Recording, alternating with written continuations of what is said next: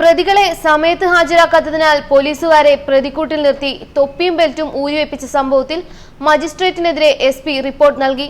പോലീസുകാരെ പ്രതിക്കൂട്ടിൽ കയറ്റി നിർത്തി തൊപ്പിയും ബെൽറ്റും ഊരിവെപ്പിച്ച മജിസ്ട്രേറ്റിന്റെ നടപടി ഏറെ വിവാദമായിരുന്നു. സാധാരണ കള്ളന്മാരെ പിടിക്കുന്ന പോലീസിന്റെ കുറ്റം കണ്ട് കോടതി കൈയോടെ പൊക്കി ചെറിയ ശിക്ഷ നൽകി. പ്രതികളെ വൈകി കോടതിയിലെത്തിച്ചു എന്നതാണ് കോടതി കണ്ട കുറ്റം.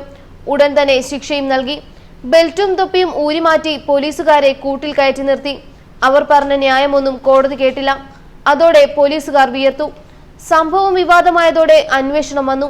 നെയ്യാറ്റിൻകര രണ്ടാം കോടതിയിലെ മജിസ്ട്രേറ്റിന്റെ നടപടി നിയമവിരുദ്ധമാണെന്ന് Thiruvananthapuram rural SP P Ashok Kumar report നൽകി. ഈ റിപ്പോർട്ട് സർക്കാർ ഉടൻ ഹൈക്കോടതി രജിസ്ട്രാർക്ക് കൈമാറും. പോലീസുകാരെ പ്രതിക്കൂട്ടിൽ നിർത്തിയ സംഭവം അതീവ ഗൗരവമുള്ളതാണെന്നും അടിയന്തര നടപടി വേണമെന്നും എസ്പിയുടെ റിപ്പോർട്ടിലുള്ളതായി സൂചനയുണ്ട്. 2 ദിവസം മുൻപാണ് സംഭവമുണ്ടായത്. 14 ദിവസം മുമ്പ് BJP പ്രവർത്തകരെ ഹർത്താൽ വിഷയവുമായി ബന്ധപ്പെട്ട് റിമാൻഡ് ചെയ്തിരുന്നു.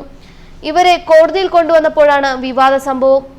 നെയ്യാറ്റിൻകര മജിസ്ട്രേറ്റ് രണ്ടാം കോടതിയിൽ പ്രതികളോടൊപ്പം പോലീസുകാരെ പ്രതിക്കൂട്ടിൽ കയറ്റി നിർത്തിയതായാണ് പരാതി ഉയർന്നിരിക്കുന്നത്. നരുവാമൂട് പോലീസ് സ്റ്റേഷനിലെ ഒരു കേസുമായി ബന്ധപ്പെട്ട് തിരുവനന്തപുരം സെൻട്രൽ ജയിലിൽ കഴിയുകയായിരുന്ന ഗിരീഷ് കുമാർ, ഷിബിൻ, സത്യശീലൻ, സുജിത് എന്നിവരെ 4 പോലീസുകാരാണ് നെയ്യാറ്റിൻകര കോടതിയിൽ ഹാജരാക്കിയത്.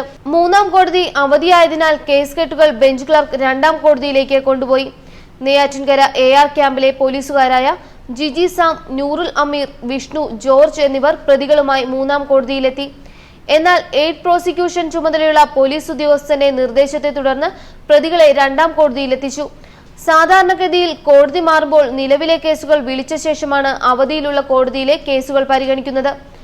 എന്നാൽ 3ാം കോടതിയിലെ കേസുകൾ 2ാം കോടതി ആദ്യം വിളിച്ചു തുടങ്ങിയപ്പോൾ പ്രതികളെ സമയത്തിന് ഹാജരാക്കിയില്ലെന്ന കാരണത്താലാണ് പോലീസുകാരോട് ബെൽറ്റും തൊപ്പിയും ഊരിവെച്ച് പ്രതികളോടൊപ്പം പ്രതിക്കൂട്ടിൽ കയറി നിൽക്കാൻ മജിസ്ട്രേറ്റ് ജോൺ വർഗീസ് നിർദ്ദേശിച്ചത്. ട്രാഫിക് കുരുക്ക് കാരണമാണ് എത്താൻ വൈകിയതെന്ന് വിശദീകരിച്ചെങ്കിലും കേൾക്കാൻ മജിസ്ട്രേറ്റ് കൂട്ടാക്കിയില്ല. പോലീസുകാരോ കോടതി ജീവനക്കാരോ കോടതി നടപടികളിൽ വീഴ്ച വരുത്തുമ്പോൾ ഡയസിന് സമീപത്തേക്ക് വിളിച്ച് വിശദീകരണം ആവശ്യപ്പെടുകയാണ് പതിവ്. അല്ലെങ്കിൽ ജയിൽ സൂപ്രണ്ടിനോടോ ജില്ലാ പോലീസ് മേധാവിയോടോ വിശദീകരണം ആവശ്യപ്പെടും. സംഭവത്തെക്കുറിച്ച് AR ക്യാമ്പിൽ നിന്നും റിപ്പോർട്ട് വാങ്ങിയ ശേഷം SP മുഖേന CGMന് പരാതി നൽകുമെന്ന് പോലീസ് അസോസിയേഷൻ നേതാവ് ജ്യോതിഷ് കുമാർ പറഞ്ഞു. ഇത് പോലീസുകാർക്കേറ്റ കടുത്ത അപമാനമായാണ് കരുതുന്നത്. അതിനാൽ തന്നെ ശക്തമായ നിയമ നടപടി സ്വീകരിക്കാനാണ് ഉന്നത തലത്തിൽ നിന്നും ലഭിച്ചിരിക്കുന്ന നിർദ്ദേശം. ന്യൂസ് ഡെസ്ക് മലയാളി വാർത്ത.